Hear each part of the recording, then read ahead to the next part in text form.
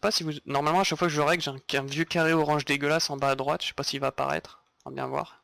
Ah ok, bah du coup je stream pas, vas-y. Hop. Ça sera plus Bah, rapide. tu fais ce que tu veux, hein, Enzo. Si tu veux, Non, non, si mais tu veux comme le tout le monde record m'a aussi, démissionné. c'est Non, mieux t'inquiète, t'inquiète. d'en avoir deux, quoi. Oui, parce que s'il y en a un qui crache, Ouais, ce voilà. serait pas con. Effectivement. Bon alors, du coup, pour commencer, est-ce que pour ceux qui voulaient suivre, vous avez pu télécharger la config Ossio que j'avais balancée dans Non, mais c'est pas grave. Sinon c'est pas grave si vous suivez pas. Je vais replay. Je la renvoie au cas où pour ceux qui veulent. Voilà, on balance à télécharger, on clique sur le bouton vert Download Zip si vous l'avez pas déjà, et du coup pas besoin de la 1.2 ou de la... Enfin, pas besoin de la 1.2, si vous avez la 1.1, ça fonctionnera très bien, étant donné qu'il n'y avait pas d'énormes différences entre la 1.2 et la 1.1. Du coup, bon bah Access, je vais pas expliquer globalement tout ce que c'est, hein. Il y a des gens qui l'ont fait bien mieux que moi. Bah du coup vous avez Chris Brejon, il y avait déjà les liens qui avaient été balancés un peu au-dessus juste avant, on va les rebalancer. Donc vous avez le chapitre 1 de Chris Brejon qui traite du color management en général, qui est bien de suivre pour pouvoir comprendre mieux Access après. Également, je vais juste le balancer pour ceux qui s'intéressent encore plus à l'occasion. Il y a le forum officiel, hein, assez central, où là il y a des discussions, genre si vous avez juste des questions à propos des trucs. Bon après le forum c'est un peu old school on va dire, maintenant il y a Discord, hein, il y a aussi le Discord A16 qui traîne, donc je pense que vous devez déjà être pas mal dessus. Voilà, ça c'est pour le général. Du coup, sur A16 rapidement à décrire, je sais pas où est-ce que vous en êtes au niveau des connaissances à peu près sur A16, donc c'est un système de gestion, colorimétrique qui a été publié par l'Académie des Oscars. Donc à la base, ça vient du monde de la prise de vue réelle. Je sais plus comment on dit exactement en anglais ou autre, mais ça a été développé pour la prise de vue réelle pour permettre d'uniformiser les différents moyens de capture et les différents espaces de couleurs qui peuvent exister et tout regrouper en un seul, en un seul truc, en gros. Et maintenant, du coup, il y a la CGI qui est venue se rajouter dessus, qui commence à prendre une partie importante de Access, qui n'était pas à l'origine, mais qui devient une grosse part et qui donc est en train d'être développé de plus en plus. Donc Access c'est quelque chose qui est en évolution permanente encore. On a des mises à jour récentes, on devrait avoir la version 2.0 qui devrait encore arriver avec des grosses modifications qui seront intéressantes. Mais voilà. Et du coup, oui, comme je disais, ça vient du monde de la prise de vue réelle. Donc c'est pour ça que quand vous ouvrirez votre superbe, normalement, si je trouve une texture qui traîne, si vous ouvrirez votre superbe menu, vous allez avoir 12 000 machins, parce que c'est tous les espaces colorimétriques qui peuvent exister pour les diverses caméras variées et autres.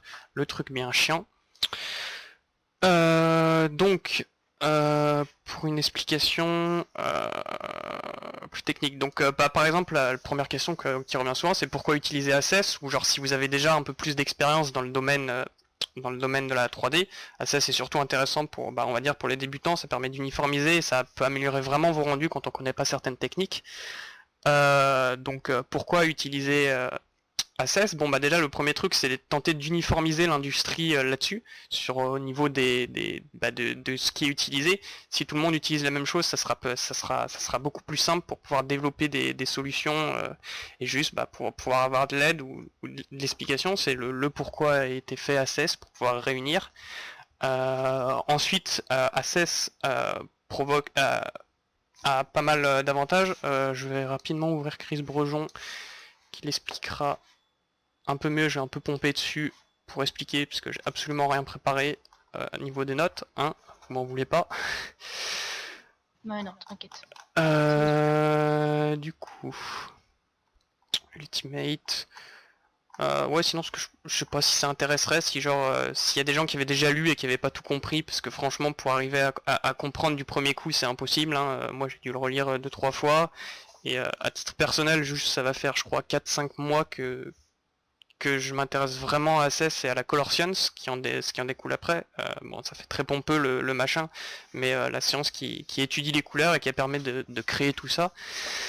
c'est vraiment lourd et ça peut être chiant et juste les gens bah ils ont pas envie de savoir, ils veulent juste que leur rendu soit meilleur et en soi ACES c'est un peu ce qu'il fait, mais c'est pas pour ça que c'est un truc à la fois ce qui est drôle c'est que c'est un truc un peu magique parce que c'est ce qui va pouvoir améliorer vraiment votre rendu et faire de la gueule, mais en même temps si vous y connaissez, vous avez déjà un peu de background et autres et euh, ça peut ne pas avoir une énorme différence sur vos trucs.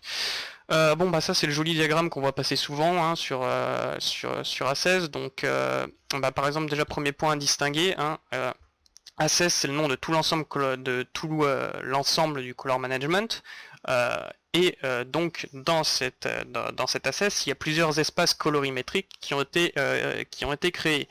Donc on a A16 AP0 qui est le color space, on va dire le boss quoi. Hein, c'est qui dépasse du triangle, on le voit pas du tout, alors lui on l'utilisera jamais. Quand on l'utilise, c'est pour pouvoir stocker des fichiers. En gros, vous avez un rendu, je sais pas, vous pouvez vouloir le réutiliser. C'est surtout bah, dans les grosses prods, ça sera enregistré en A16 2065 et voilà. Mais sinon, ça sera jamais utilisé concrètement ou pour du transfert de fichiers. Par exemple, vous avez fait votre rendu sur Nuke et tout, vous l'avez bossé, vous voulez peut-être le transférer à genre Resolve par exemple, DaVinci Resolve. Vous pouvez le sortir en A16 2065 et l'importer dans Resolve en 2065. C'est plus optimal. Du coup là il y a une autre liste d'espaces colorimétriques assez courants qu'on peut trouver, donc sRGB Rec 709. Pourquoi aussi vous allez voir souvent le sRGB Rec 709 qui sont à côté, c'est parce qu'en gros ils vont partager les mêmes primaries, ce que ça s'appelle, bon je pense que je vais rentrer dans un sujet un peu trop détaillé de coloration, c'est pas ce que je voulais faire à la base. Mais en gros les primaries c'est les 3 points qui définissent le gamut d'un espace colorimétrique. Donc gamut c'est aussi un terme qu'on a entendu, en vrai c'est tout con, c'est du coup bah, les limites maximales de l'espace colorimétrique, donc RGB, donc c'est pour ça qu'il y a 3 points. C'est ce qui va définir le gamut qui est donc le volume à l'intérieur. Et ces 3 points, ça s'appelle des primaries. Et donc les primaries changent en fonction des espaces colorimétriques et sont plus ou moins grandes. Je vais pas m'étaler plus là-dessus. Donc ACES avant tout, bah, c'est un espace de couleur qui est défini comme on le voit là. Donc AP1 qui est le deuxième nom de ACES CG.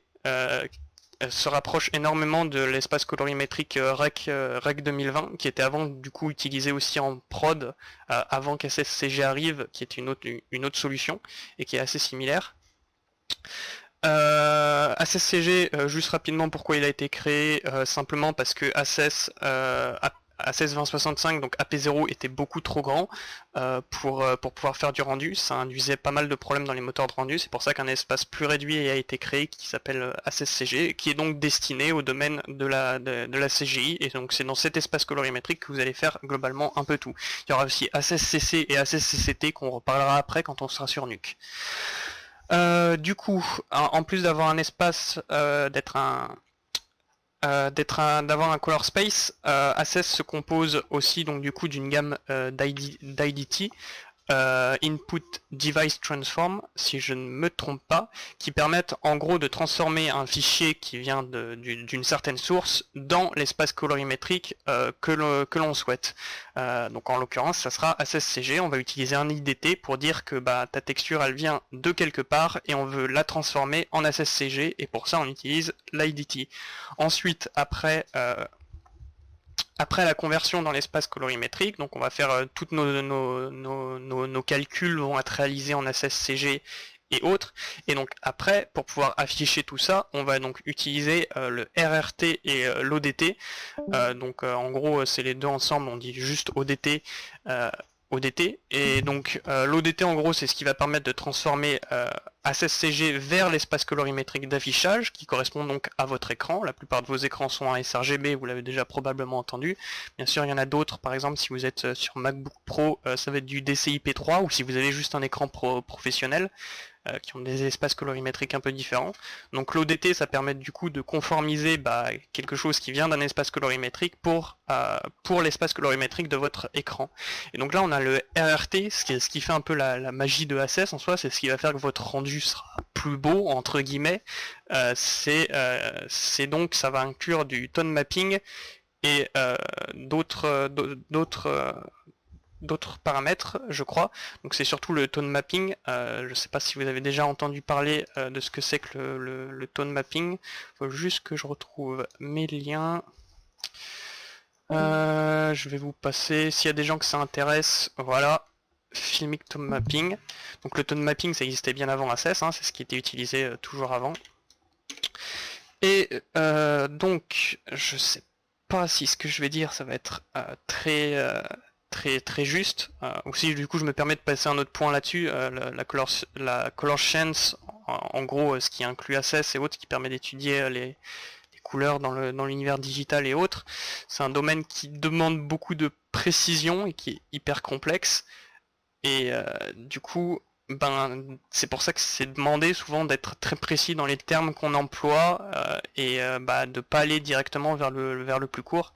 Et vu que c'est très complexe aussi, il y a des gens qui direct, c'est ce qui arrivait avec ACES d'ailleurs, hein, quand les gens ont commencé à en entendre parler, ils ont mis les mains dans le cambouis, ils ont testé quelques trucs et direct après, t'avais déjà des tutos qui sortaient et autres, mais c'était pas forcément exact parce que justement c'est très complexe pour pouvoir comprendre et surtout si tu essayes de l'expliquer et que t'as pas toutes les connaissances, tu vas utiliser des termes pas de la bonne façon, par exemple, parce que toi c'est comme ça que tu t'es dit que ce que ça voulait dire. Et du coup, ça fait qu'il y a pas mal de vidéos inexactes qui circulent et autres.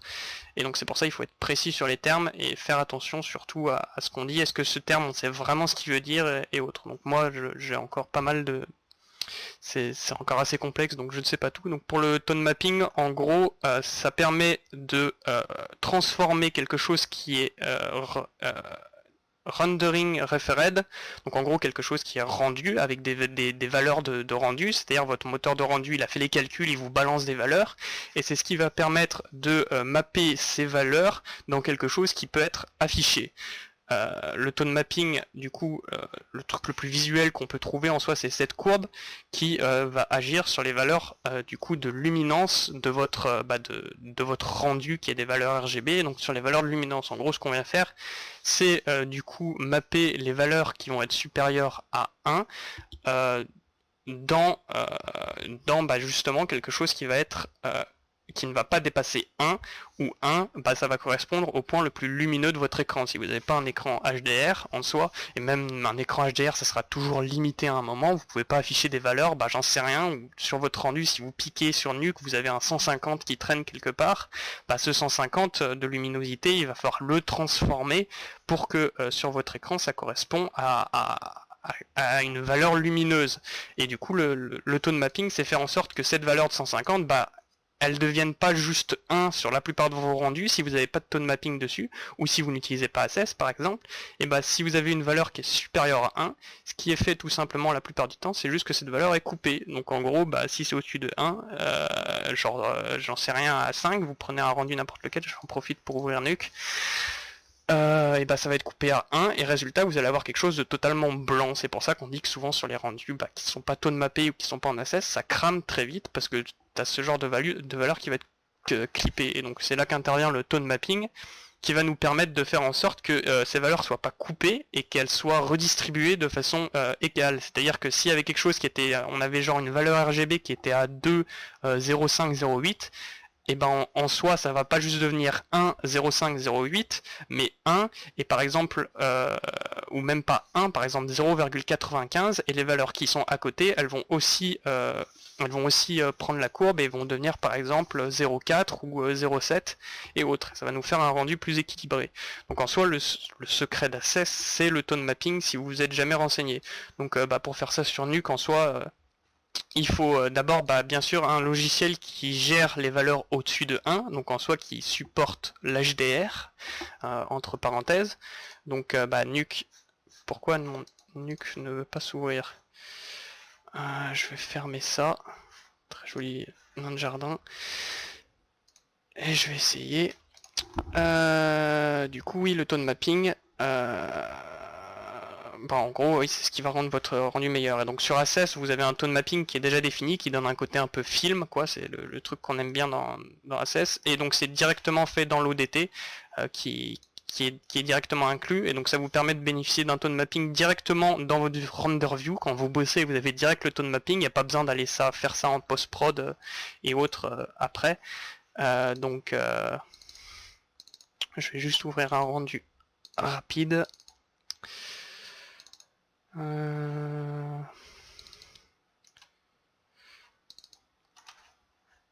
Si j'arrive à m'y retrouver, normalement c'est ça. Voilà.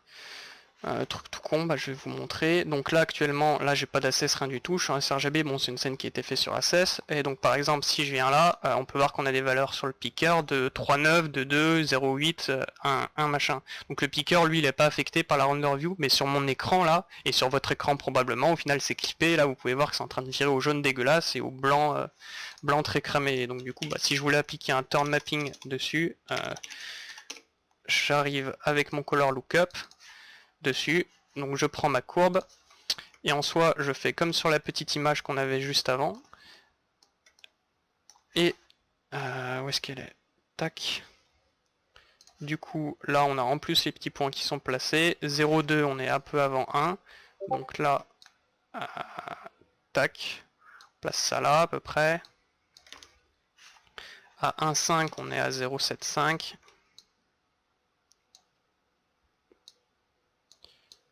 tac, et après on termine avec quelque chose à 2,6 qui va être au maximum du coup que votre écran peut afficher et qui va du coup arriver directement à 1.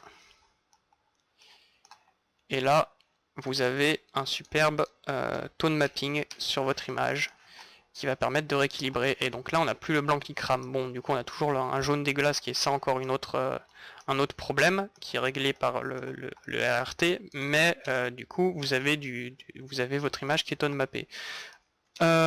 Juste ça c'était pour expliquer un peu comment Access fonctionnait. En soi je sais pas si je vais avoir le temps de tout faire, je suis en train de m'étaler un peu. Au passage si vous avez des questions n'hésitez pas juste à me couper la parole ou à écrire dans le chat. Pour l'instant ça va, vous arrivez à suivre à peu près? C'est parfait, t'inquiète. Très bien expliqué, t'en fais pas. Ok, cool, merci. Du coup on va rentrer dans le vif du sujet, on va regarder sur Maya et autres. Donc premier truc à faire, donc ça va être, on va commencer à la base, donc on commence sur Maya pour pouvoir la voir dans sa render view quand on va bosser et donc pouvoir passer si vous faites le rendu sur Maya. Donc la façon originale, je vais vous montrer la façon originale parce que du coup si vous n'êtes pas au courant j'ai aussi fait un script qui permet de simplifier ça, de simplifier ça grandement. Mais là on va passer, je vais vous montrer par la façon classique, donc les préférences, on va dans Color Management, donc là normalement on a ceci qui est décoché, ceci, donc là actuellement vous rendez en sRGB Rec 709, classique, scène linéaire bien sûr, et donc vous avez en vue transform le classique sRGB, du coup, des fois même il arrive que d'ailleurs le Enable Color Management soit décoché sur certaines scènes, c'est pour ça que vous avez l'impression que ça devient très sombre et tout, il faut juste penser à déjà réactiver le Color Management classique. Ensuite du coup on va pouvoir utiliser l'Ocio, donc l'Ocio c'est le format qui permet de partager des configurations de Color Management, donc il y a bien sûr celle d'Access, mais il en existe d'autres, où dans les boîtes professionnelles ils ont développé leur propre système la plupart du temps de Color Management, et donc ça se fait à travers l'Ocio. Donc du coup, ce que vous avez téléchargé normalement dedans, quand vous l'extrayez, vous allez avoir un petit fichier qui s'appelle config.ocio, et donc celui-ci, il faut juste venir le charger. Donc après, il faut penser bien sûr à cocher use ocio configuration. Donc là, il met toujours un petit peu de temps, le temps de tout initialiser. Donc là vous allez avoir ce superbe petit message d'erreur qui va arriver, qui vous dire que il arrive plus à trouver les color space, c'est normal, les color space de Maya ils avaient un certain nom et en Access ils ont un autre nom, du coup il arrive plus à les trouver, on s'en fout, on met un petit coup de proceed, et autres, ou si des fois par exemple vous ouvrez des scènes avec une config access et qui était à un certain endroit et le gars n'a pas pensé à le mettre dans le set project, vous allez avoir aussi un message d'erreur comme quoi il n'arrive pas à trouver le machin et autres. Donc ça c'est pas bien grave, on accepte et voilà. Donc normalement si vous y êtes, là vous allez voir que vous avez le rendering space en access CG, ou que juste sur le viewport, là vous avez le access à côté du sRGB.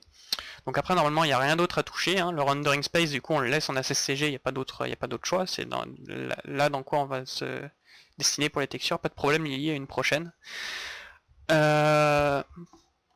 On a ensuite le view transform, bah en fait c'est le même qu'on retrouve là, c'est juste défini par défaut. Un autre truc intéressant du coup c'est les color space walls, qui peut être bien donc utilisé. En gros c'est dès que vous importez une texture, quel est le color space par défaut qu'il va mettre. Donc là si on a le défaut, moi je l'ai mis en utility row, comme ça chaque fois que vous importez une texture il va la mettre par défaut en utility row. C'est celui que vous utilisez le plus souvent de toute façon, donc c'est pour ça que j'ai mis celui-ci. Normalement il est possible il est possible de aussi personnaliser ça, d'en rajouter d'autres. Là sur Maya, normalement si vous êtes déjà touché à Maya avant, normalement quand on désactivait c'était possible d'en rajouter déjà avant pour genre les textures, vous mettez tout ce qui terminait par roughness en raw et autres. Là c'est plus possible, tout c'est décoché, mais normalement c'est possible de bricoler dans le config.so pour pouvoir les rajouter manuellement. Je l'ai jamais fait, donc je vous laisserai rechercher par vous-même si ça vous intéresse. Et normalement il n'y a rien d'autre à toucher, donc on met un coup de save. Et voilà, donc on vérifie bien, on l'a en sRGB. Donc là logiquement le view transform il faut le changer en fonction de l'écran qu'on a. Donc si vous bossez sur un écran, vous savez, vous devez être renseigné. Si vous ne savez pas, de toute façon vous allez laisser sRGB. Donc normalement il y a plein de différents view transform en fonction de votre écran. Il y a aussi le Rec 709 qui est du coup très populaire. Donc à la base, le view transform c'est fait justement pour uniformiser sur les écrans. Donc c'est-à-dire que le Rec 709 c'est développé pour la télévision, c'est fait pour être vu sur télévision. Donc normalement, si jamais vous bossiez sur une télévision, vous mettriez votre view transform en, j'appelle ça view transform, c'est aussi l'ODT du coup, l'ODT en Rec 709. Mais certains par des choix esthétiques, parce que le Rec 709 produit un peu moins de contraste, ils choisissent le Rec 709.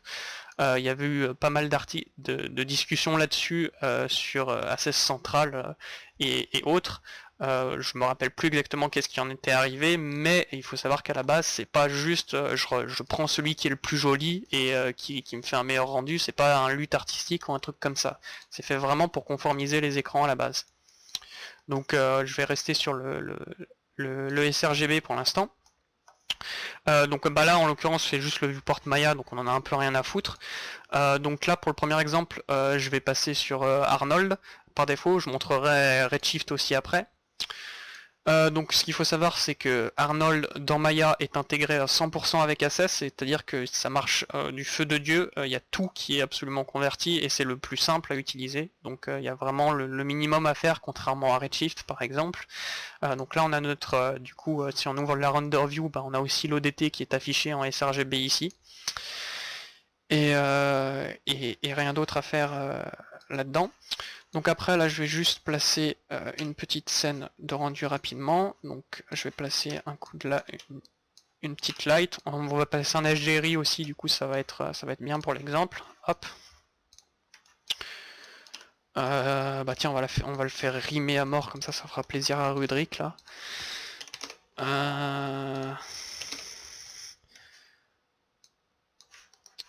Voilà. Je vais caler un petit HDRI.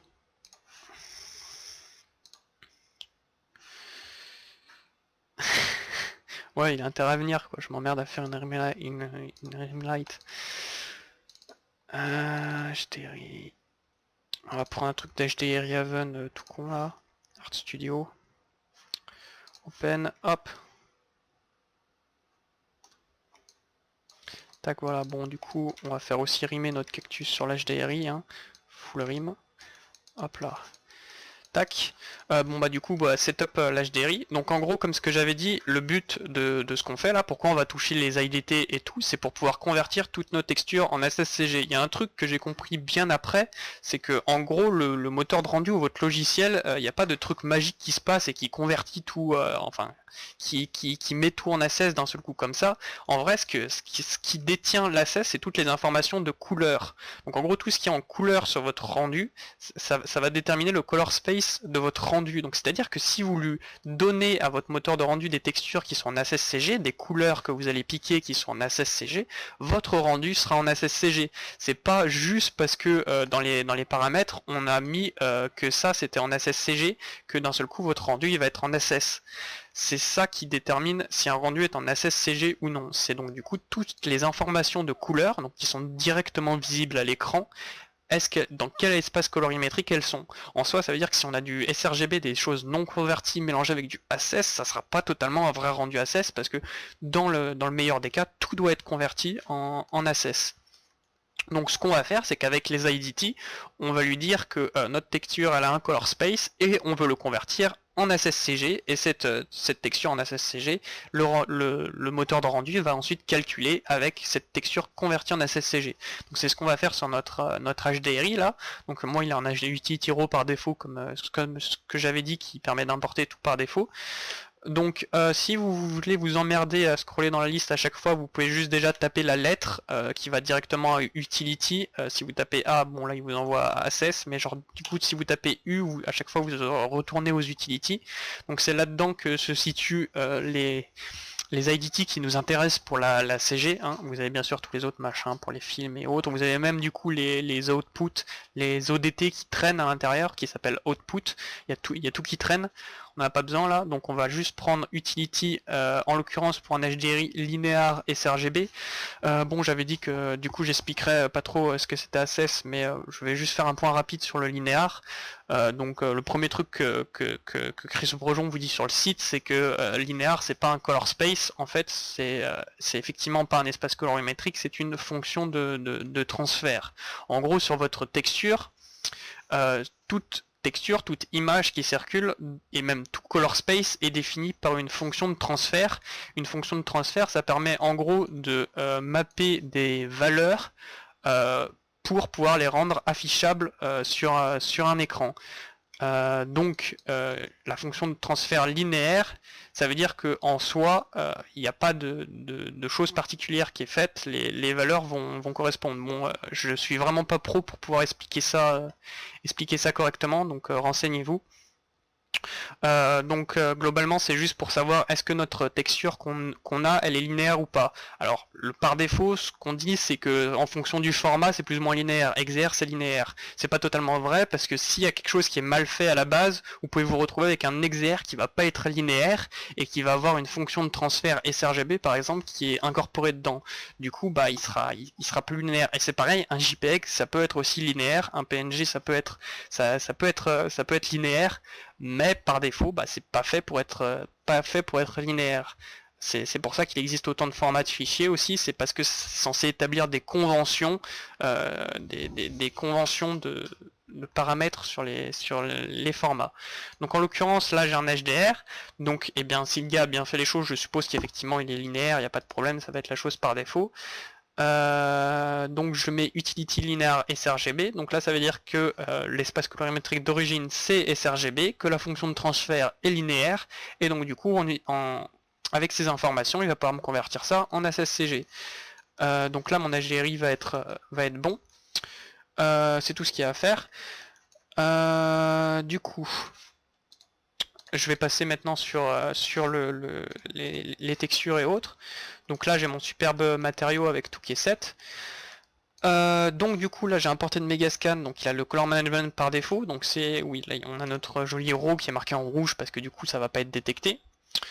Donc ce qu'on va faire c'est utiliser utility RAW, donc là je vous montre en scrollant, il va être tout en bas, donc qui veut dire que en gros on ne va pas vouloir de transformation de couleur. Alors pourquoi là on veut pas de transformation de couleur? Donc ça peut s'expliquer sur une map de Rosness qui est en noir et blanc, hein, il n'y a pas de couleur dessus, donc en soi il n'y a pas de color space, c'est-à-dire que la texture, on peut la convertir dans un espace colorimétrique, ça va rien changer parce que c'est juste des valeurs de gris. La seule chose à savoir c'est que du coup il faut faire attention quelle est la fonction de transfert de votre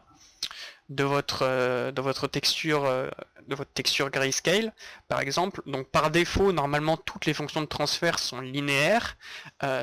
parce que du coup c'est de la data, c'est de la map de data, et donc si le logiciel a bien fait les choses, c'est du linéaire, et il n'y a aucun problème là-dessus. Et donc normalement, quand vous exporterez de votre logiciel de texturing ou n'importe dans votre moteur de rendu, vous aurez exactement le même résultat que vous avez défini. Si vous aviez mis 0.5 dans votre Substance Painter, et par exemple, dans Maya, vous importez la texture, vous aurez bien du coup une roughness de 0.5 sur votre rendu si tout s'est bien passé, si vous avez tout bien configuré et si le logiciel est exporté correctement. Donc là, on va le mettre en utility raw. Par défaut, ça va être tout pareil. Ce que je vais faire, c'est que moi, je vais utiliser mon script. Je vous le présenterai après. Donc c'est pareil, il est sur mon Gumroad que j'ai balancé dans Finalwork. C'est un truc, juste ça permet d'éviter de naviguer dans les menus et tout. Rien de magique non plus. Donc là, c'est pareil, vous pouvez set l'option rapidement ici. En ouvrant le menu, vous avez accès aux color space les plus utilisés. Donc là, ce que je peux faire, c'est genre sélectionner roughness, displacement et autres. Et je clique sur Utility Raw et bim bam boum, ils sont en Utility Raw.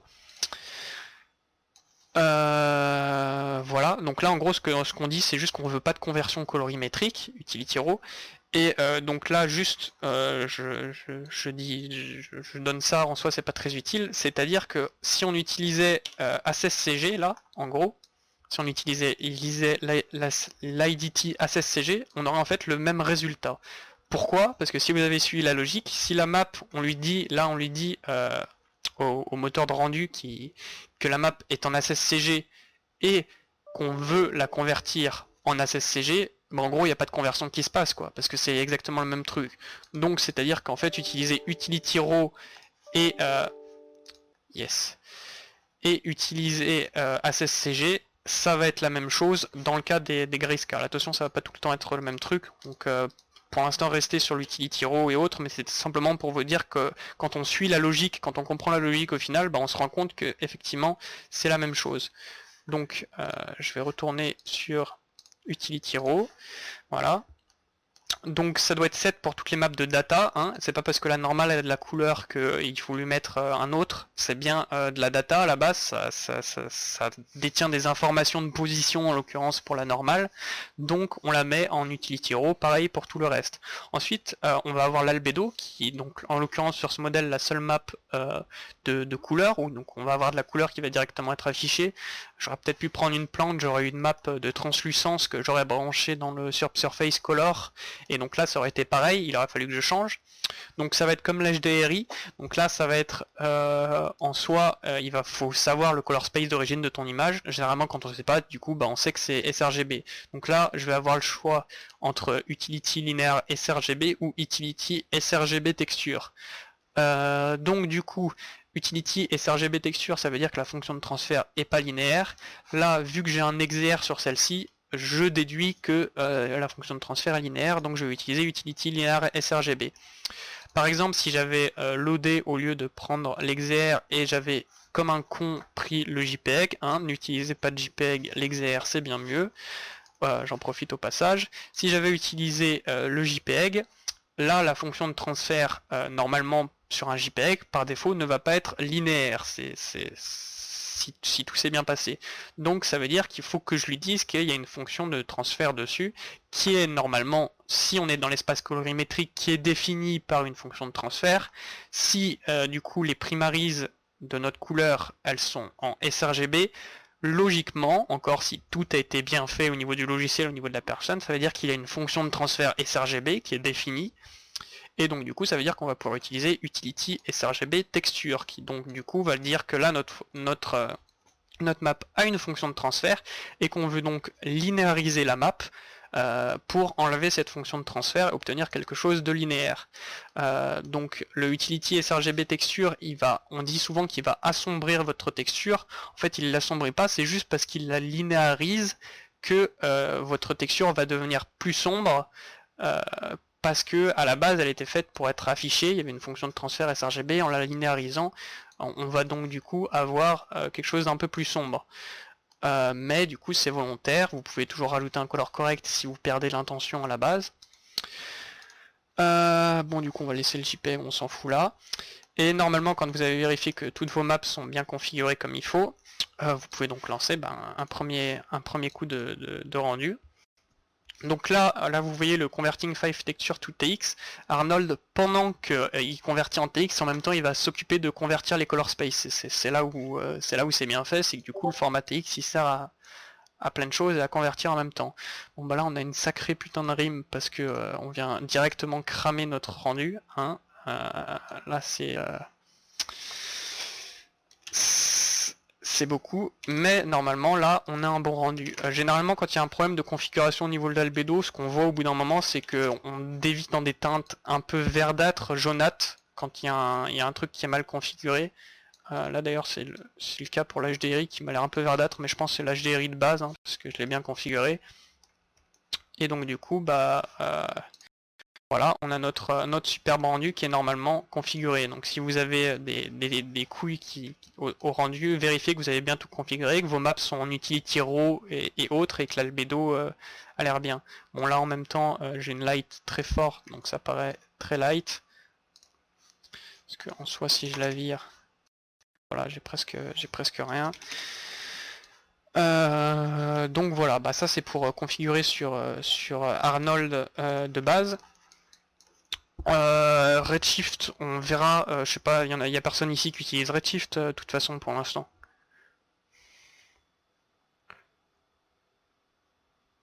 Ça m'intéresse, moi, pour acheter. Ok, bah du coup je vais montrer très rapidement. Du coup pour Redshift, Redshift ce qu'il a c'est que du coup il est pas aussi bien intégré que Arnold. Donc actuellement la seule chose qu'on a dans Redshift de l'ACES, ça va être pouvoir utiliser l'ODT. Alors c'est quand même au final, ça veut dire qu'on peut utiliser ACES dessus, parce que s'il n'y avait même pas l'ODT dessus, bah ça aurait été pas trop possible. Donc là au moins on peut déjà utiliser l'ODT. Donc ce qu'il faut faire c'est juste aller dans les paramètres, Color Management, vous vous mettez en Ocio, vous loadez votre config Ocio comme d'hab, et là vous avez votre view transform qui est exactement pareil, que vous pouvez changer. Donc ça sera sRGB. Donc la seule autre chose qui n'est pas possible dans Redshift, c'est que du coup votre texture il va pas les convertir automatiquement en ACES-CG. Il n'a pas le système TX et autres, et il a encore aucun système pour ça. Donc dans Redshift, ce qu'il va falloir faire, c'est donc convertir toutes nos textures avant en ACES-CG. C'est là où ça va être un peu chiant. Bon bah du coup je viens de sortir mon tool pour convertir des textures, donc maintenant ça sera beaucoup plus simple en soi, parce qu'avant il fallait passer par Nuke ou d'autres trucs, si vous n'y avez pas accès ça pouvait venir vraiment chiant pour Redshift et juste give up au final. Et donc si vous avez bien suivi, en soi ce qu'on veut convertir en ACES-CG, ça va être juste les maps de couleurs, parce que les maps de data, comme on les met en utility raw tout le temps, on dit qu'on veut pas les convertir. Donc en soi ça veut dire qu'il va falloir que tout ce qui va détenir de la couleur au rendu, hein, donc la normal map toujours on l'exclut, ou d'autres maps de data qui pourraient être en couleur, il va falloir le convertir en ACES-CG. Donc pour ce faire vous pouvez utiliser mon application ou Nuke ou n'importe, hein, je vous montrerai ça après comment faire, pour pouvoir convertir en ACES-CG, c'est ce qu'il faut faire. Il y a aussi une autre chose qui n'a pas été précisée, c'est comme ce que je vous ai dit, tout ce qui détient de la couleur doit être converti en ACES-CG, pour avoir un rendu ACES complet. Donc c'est à dire que si on réfléchit bien, là sur ma light, quand j'active la température, sur mon slider de température, là c'est de la couleur. Donc en soi ça veut dire que cette couleur qui me sort, hein, la température c'est quelque chose c'est une valeur spectrale qu'on appelle, qui appartient au monde réel, mais qui est convertie à la fin en une valeur RGB de couleur. Donc logiquement cette valeur doit être convertie en ACES-CG pour que notre rendu soit complètement en ACES-CG. Le truc où c'est bien avec Arnold, c'est que du coup lui, à partir du moment où dans le rendering space du coup il est mis en ACES-CG, lui tout ce qui est d'Arnold il va convertir en ACES-CG. C'est là où c'est bien. Du coup là ça veut dire que ma température elle en ACES-CG, j'ai pas à me poser de questions, ça va bien marcher. Donc là où ça peut être chiant du coup maintenant pour d'autres logiciels qui ne supportent pas encore ACES, même certains qui supportent l'Ocio, on va dire qu'il y a déjà le système d'IDT qui fonctionne, on peut convertir notre texture sans passer par un autre logiciel, il va pas y avoir forcément ce qu'on va appeler les options spectrales qui vont être converties en ACES-CG. Donc c'est le cas pour Redshift. Si je sors une light Redshift, si on met la température, on va avoir une température qui par défaut a un color space. Tout a un color space. et du coup bah, par défaut ce qui était fait c'est que c'était du sRGB. Donc là sur notre température on va sortir quelque chose de sRGB.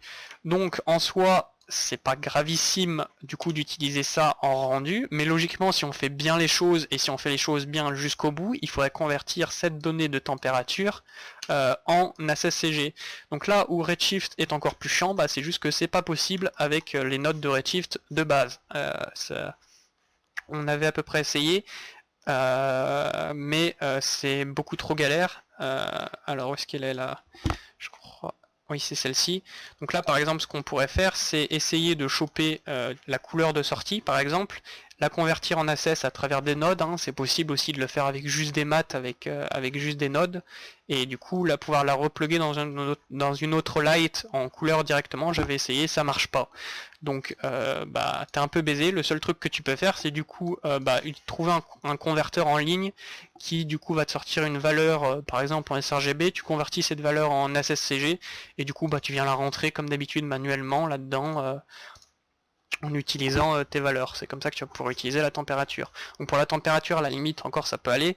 Il y a d'autres choses qu'il faut prendre en compte. Si vous utilisez des shaders de R, standard, je vais utiliser le standard R, donc sur Arnold tout va bien. Hein. Si vous utilisez la mélanine, bah la mélanine encore ça correspond à quelque chose de physique, de réel, donc c'est une valeur spectrale qui a été convertie en RGB à un moment ou un autre.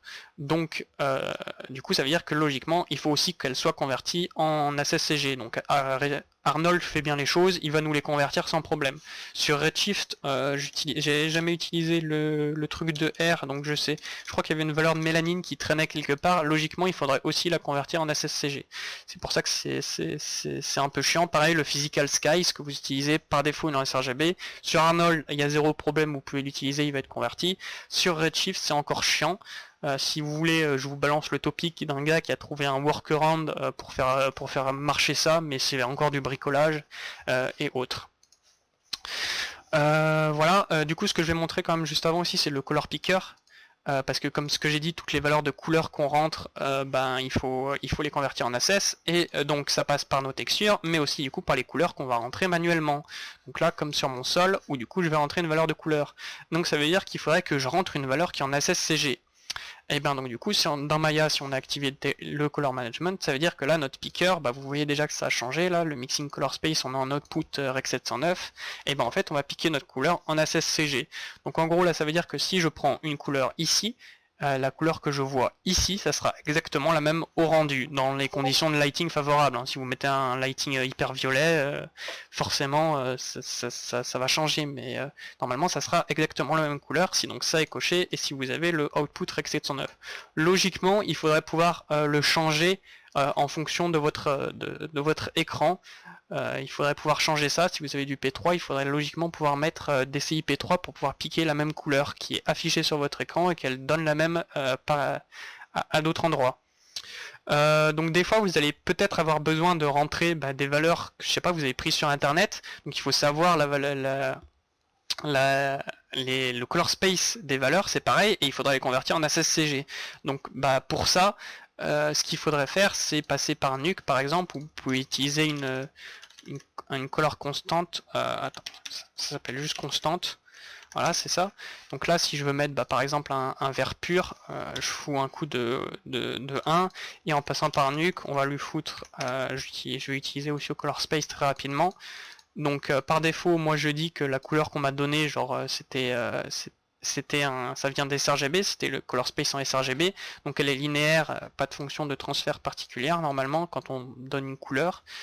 Donc en sortie on veut du ACSCG, donc là je visionne mon truc, je prends mon picker, et donc là on voit qu'en plus en ACSCG du coup on n'a plus du tout 0, 1, 0, hein, on a d'autres valeurs, et ces valeurs là du coup je vais pouvoir les rentrer directement ici. Donc 0, je sais plus combien c'était, 0,33, 0,916, yes, 0,916, et le dernier on est à 0,1 à peu près. Bon, j'ai mis les valeurs à l'arrache, elles sont dégueulasses, et donc là normalement on a un vert pur qu'on a converti en ACSCG. un vert pur sRGB qui a été converti en SSCG. Donc voilà, ça a été converti. Et il y a tout un chapitre qui traite sur le color picking sur le site de Chris Brejon aussi, qui est intéressant quand vous bossez dans le truc un peu plus en prod. Il y a un client qui dit je veux exactement cette couleur, comment faire en sorte qu'on retrouve exactement cette couleur sur votre rendu. Il a fait tout un chapitre là-dessus. Des fois aussi, ce que vous pourrez avoir, c'est juste on vous donnera des valeurs RGB pure en soi, donc ce qu'il faut faire c'est juste décocher color management et là vous pouvez les rentrer. Par exemple un middle gray en access, bah du coup il va pas changer, il va pas changer en soi. Logiquement ça sera toujours 0.18 si je dis pas de conneries, hein. Ça sera toujours 0.18 en décochant color management. Quand on voit quand on le recoche, bon s'il veut bien me virer, oui je suis con, il faut que je mette 0.4 partout. Enfin, du coup, il faut que je mette 0.18 partout. 0.18, 0.18, 0.18, voilà, un middle gray, et il nous le convertit en 0.339 quand on passe en access. Donc c'est bien un middle gray, ça, qu'on peut du coup rentrer en décochant color management, où vous rentrez des valeurs raw de RGB, autres. J'ai encore un peu du mal avec le color picker pour tout comprendre, donc je vais pas m'attarder là-dessus. Mais voilà, en l'occurrence le middle gray, en access, vous décochez, vous mettez 0.18, vous avez votre middle gray. Voilà. Donc ça, normalement j'ai fait le tour sur Maya. Sur Redshift aussi, du coup c'était assez rapide. Mais j'espère que t'as compris, Adrian, et que ça sera bon. Ouais, c'est parfait. Merci beaucoup, mec. Ok. Du coup, je vais passer sur Nuke rapidement, du coup, pour importer un rendu. Du coup, set access, il y a un truc qui est bien qu'on peut faire, c'est que vu que toutes nos applications la plupart du temps vont utiliser Ocio, on va pouvoir faire en sorte qu'on n'ait pas à chaque fois à rentrer manuellement l'Ocio pour pouvoir lui dire utilise cet Ocio. On peut utiliser ce qu'on appelle sur Windows et d'ailleurs sur Mac aussi et autres une variable d'environnement. Donc pour ce faire, vous pouvez juste taper variable ou environnement dans votre barre de recherche, vous ouvrez le truc qui vous propose, là vous avez le panneau variable d'environnement, vous allez accéder à votre variable d'environnement dont vous avez probablement déjà touché si vous avez dû installer certains logiciels, et donc ce que vous pouvez faire c'est ajouter une nouvelle variable d'environnement. Bon, en haut ou en bas là c'est juste pour l'utilisateur, ou là sinon c'est pour tout. Moi je l'ai mis juste là-haut. Vous créez une nouvelle variable, vous l'appelez Ocio en majuscule tout court, c'est important d'être précis, et là vous mettez le chemin vers le fichier config.ocio, exactement le chemin. Petit tips aussi que j'avais appris pour récupérer des passes très rapidement sur Windows, vous pouvez faire Shift clic droit sur une image, et là vous allez avoir l'option copier en tant que chemin d'accès. Donc si vous faites ça et que vous faites CTRL V, hop, vous avez le pass. Le seul truc qui vous met c'est des petits guillemets, donc il faut penser à virer les petits guillemets au début et à la fin, et là vous avez chopé le pass d'un truc très rapidement. Donc Shift clic droit sur n'importe quel fichier pour avoir le pass très rapidement, copier en tant que chemin d'accès.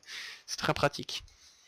Donc voilà, donc on set cette variable d'environnement, et donc là par exemple sur mon Nuke, bon là où Nuke est un peu différent, c'est par défaut il va pas activer l'Ocio, mais la variable va déjà être set. Donc là si je fais les project settings en appuyant sur S, je vais dans Color, Nuke, et donc là je vais changer en Ocio. Donc ça il faudra le faire à chaque fois sur Nuke. Je sais pas si c'est possible de le faire automatiquement, mais il faut le faire à chaque fois.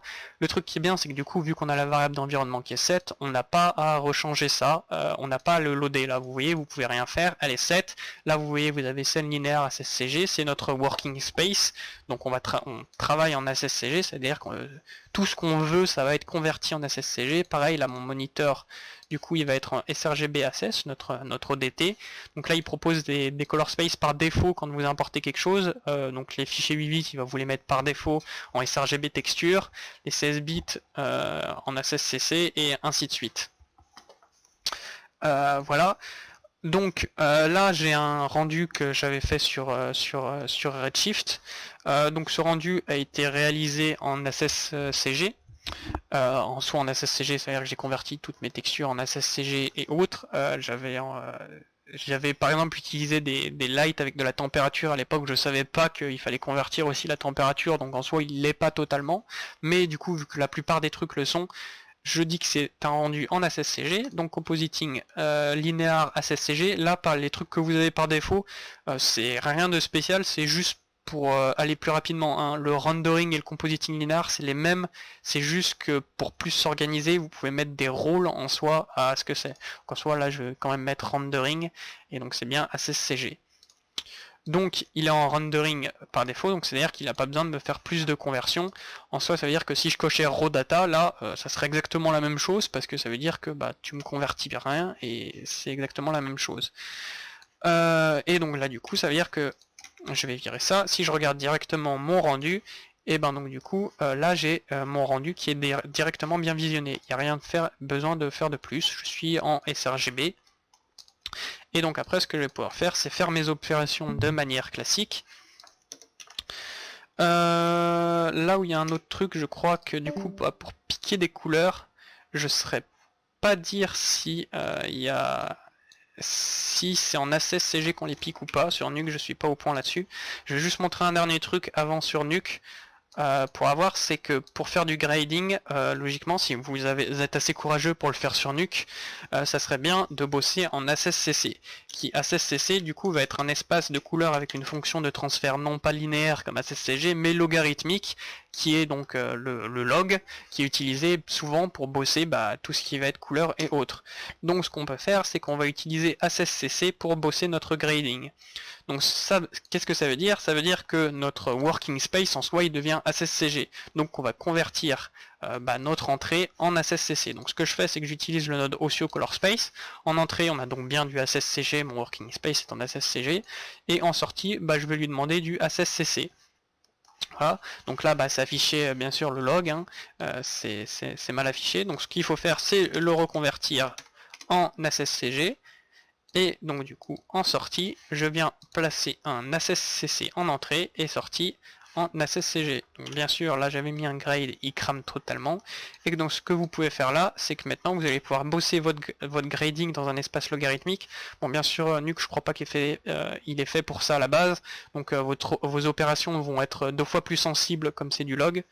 Là du coup j'ai même pas de shadow par exemple, voilà. Vu que c'est du log en soi, l'image est très plate, donc j'ai plus du tout le truc des shadows, mais ça vous permet de bosser dans un espace logarithmique qui est bien mieux, par exemple pour gérer la saturation. Encore une fois, Chris Brejon l'explique bien mieux sur son site. Voilà, ça c'était pour Nuke.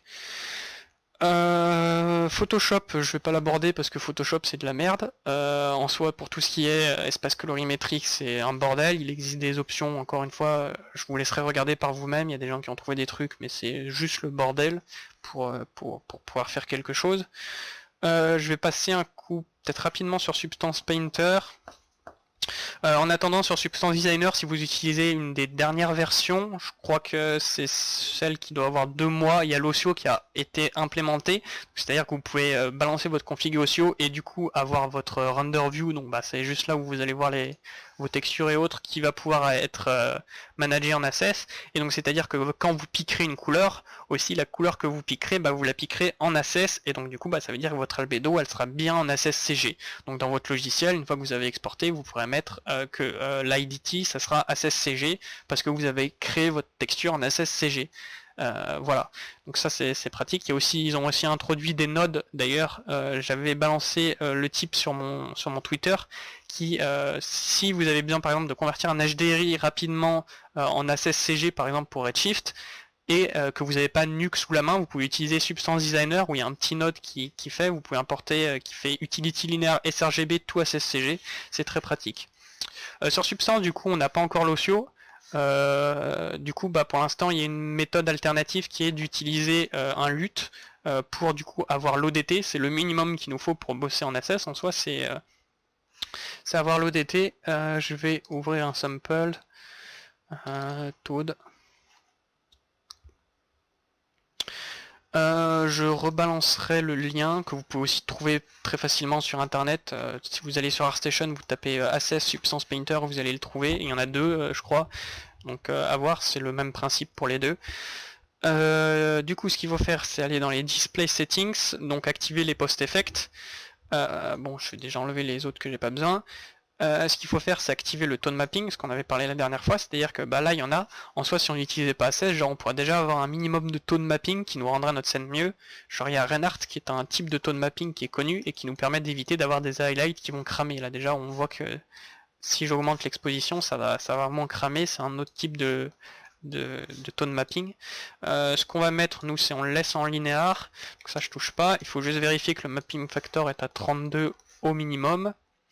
Et ensuite, normalement, vous avez téléchargé un LUT, donc on va cliquer sur Activate Color Profile.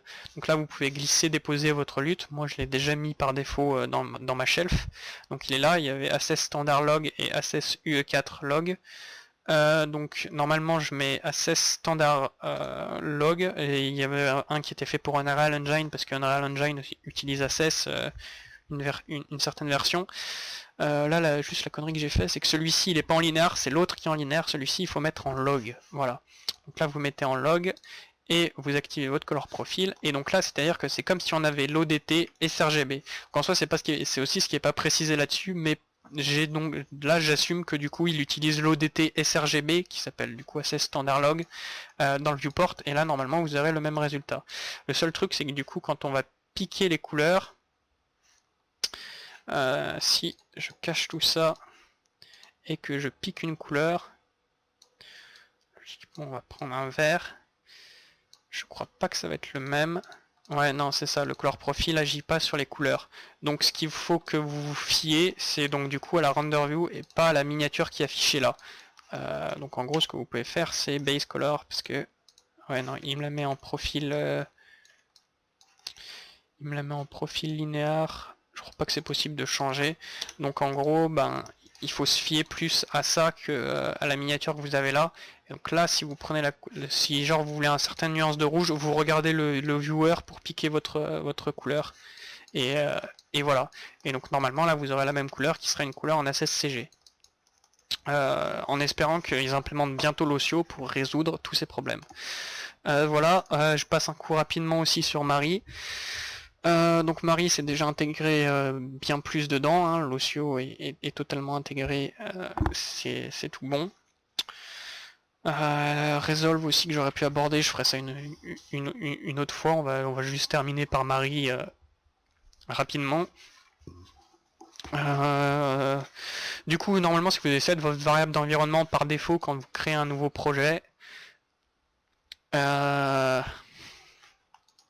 par défaut dans Color Settings il va tout mettre en Ossio, d'ailleurs vous pouvez même pas le changer, hein. Si vous avez la variable d'environnement qui est set, vous êtes obligé d'utiliser ça, ce qui peut être un peu chiant, hein. Par exemple je sais que sur Blender, du coup ça t'oblige à utiliser Assess sur Blender, ce qui est pas totalement optimisé, et on n'a plus le filmic qui est de base, donc ça peut être un peu chiant d'utiliser une config la variable d'environnement, mais en même temps c'est très pratique, hein. Donc là normalement il y a vraiment besoin de toucher à rien là-dessus. Vous faites vos manips classiques, vous créez le truc.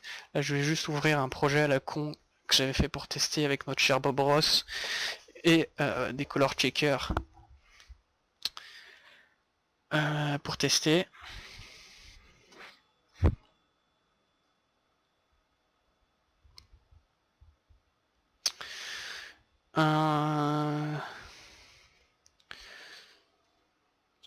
Hop là, donc bah pareil, là vous allez retrouver sur le viewer votre ODT qui est sRGB Assess pour la couleur. En soi Marie, je pourrais passer un peu plus de temps pour y expliquer bien comment fonctionner avec Assess et juste comment fonctionner dans un workflow linéaire de base, parce que même sans l'Assess, Marie, il faut cocher les bons trucs et autres pour dire que bah c'est bien de la data scalar qu'on envoie, il n'y a pas de couleur dessus, donc qu'il interprète bien ça en tant que scalar, qu'on se retrouve pas avec des conversions au milieu qu'on veut pas, et que du coup on se demande pourquoi on a mis 0.5 en roughness, à la fin on se retrouve avec un truc qui va être hyper rough ou hyper glossy quoi.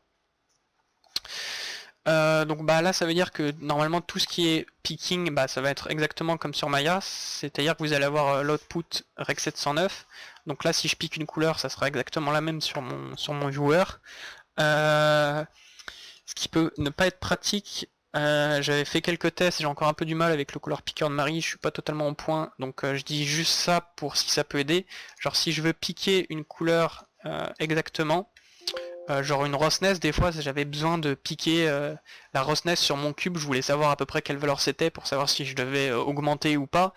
Si on fait avec le color picking en output rec 709, vu que c'est de la data scalar, ça me faisait des trucs bizarres. Donc juste si jamais un jour vous vous demandez pourquoi le picker il marche mal quand vous piquez des données scalaires, genre de la roughness et autres, moi ce que je faisais c'est que je mettais en utility curve sRGB le temps de piquer, et il m'affichait une valeur qui était la même. Genre là si je mettais 0,5 en roughness et que je piquais, j'avais à peu près 0,5. Mais j'ai pas encore compris bien comment ça marche et pourquoi ça se fait que ça faisait ça.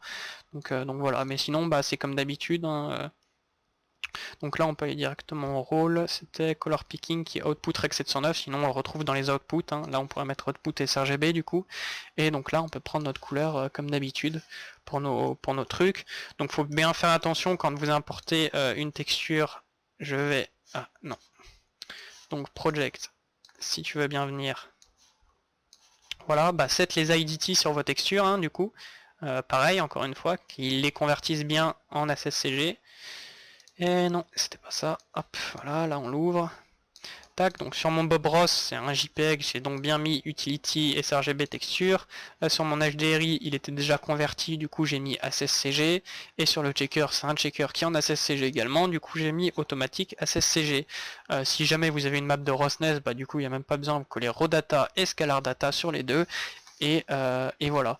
Et donc après, bah du coup quand vous créez vos channels, c'est pareil, hein. Là si je rajoute un nouveau channel, et bien si c'est un channel de couleur, bah genre si c'est l'albédo, bah du coup on laisse ASSCG, genre si c'est un channel de roughness, bah du coup on coche raw data, scalar data, et voilà.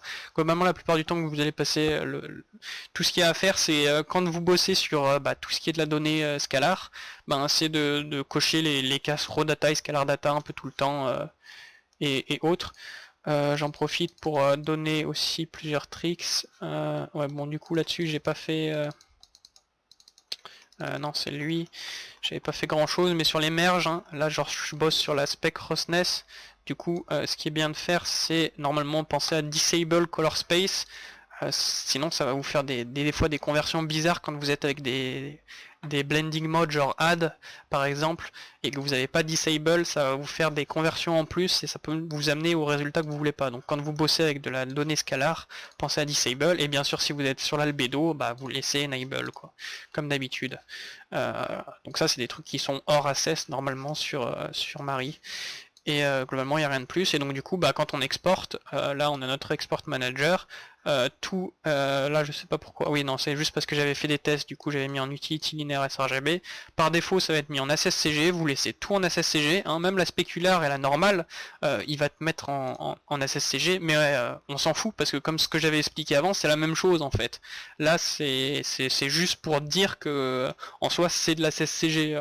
On s'en fout, notre map de roughness, on va l'importer, on va la mettre en RAW, il va y avoir aucune conversion. Tant qu'il n'y a pas de conversion, il n'y a pas de problème.